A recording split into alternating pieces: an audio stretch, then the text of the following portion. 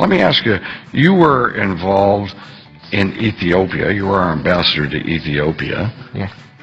During that time period, there was a border dispute between Eritrea and Ethiopia that went up to arbitration. Yes. The arbitration ended up deciding what? On whose favor? The EBC made a determination on the border between Eritrea and Ethiopia, which. And they decided basically that Eritrea had the rightful position. Is that correct? Only in Badme area. Okay. But the other area it went to Ethiopia. Okay. So did our government at that time, while you were ambassador, recommend that Ethiopia respect the arbiters, or did we? We did. We did in 2000. Right. And when Ethiopia rejected the arbitration, over our advice, what did we do, and what was your position? What was our government's position on Ethiopia, considering that we have, since the time that they decided not to settle their dispute through arbitration, but instead decided to thumb their nose at arbiters, have we provided Ethiopia with weapons and training and guns since then?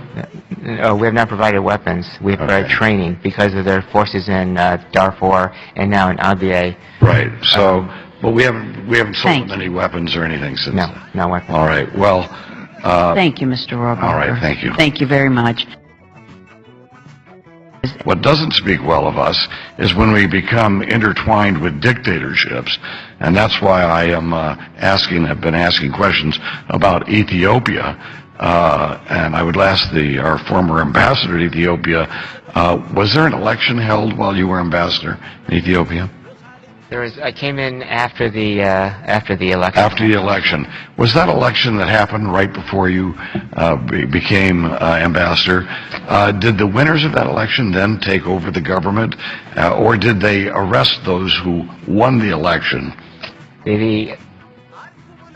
That's a good question. They arrested those who won the election. No, the parliaments took up their seats because we negotiated with them behind the scenes to do so. The issue was the city hall. They refused to. They did not take up their seats.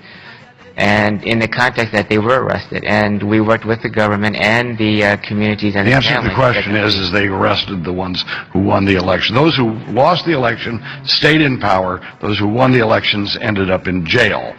And during that time period, OPIC decided that there were several cases in Ethiopia that had of where American citizens owned property, and that the Ethiopian government, now run by those who didn't win the election but imprisoned those who did, that the Ethiopian government had this expropriated property of Americans and was illegally refusing to give it back to them.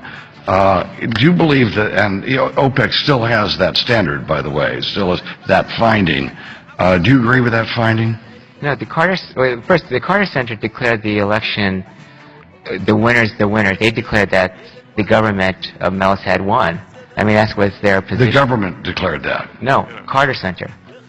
Okay, well. We support, and we abide by what the Carter Center and the international observers had stated. Now, the second issue is, as far as the OPEC, the person you're referring to, his property was confiscated under the DERG, the communist regime. I'm not talking about a person. I'm talking about the general theory that Americans have property claims that have not been adjudicated by the Ethiopian government and have let sit.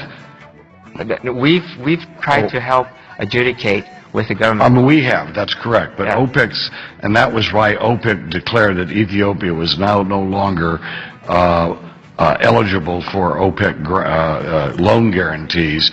They have not yet changed that policy, correct? Because of restrictions. Right. And the restrictions were based on the fact that American citizens still had property claims that were not being met. Now, back to Ethiopia and Eritrea. There was an agreement between Eritrea and Ethiopia to abide by an arbitration. In the end, it is my understanding that the arbiters actually decided, at least for a major part of that, in Eritrea's favor. Yet we permitted the government of Ethiopia to renege on the agreement to follow the arbiters. Is that correct? No. In 2003, we announced that it was final and binding because the parties said so. So therefore, we held both parties accountable to the results. Thank you very much. I want to thank our witnesses for appearing.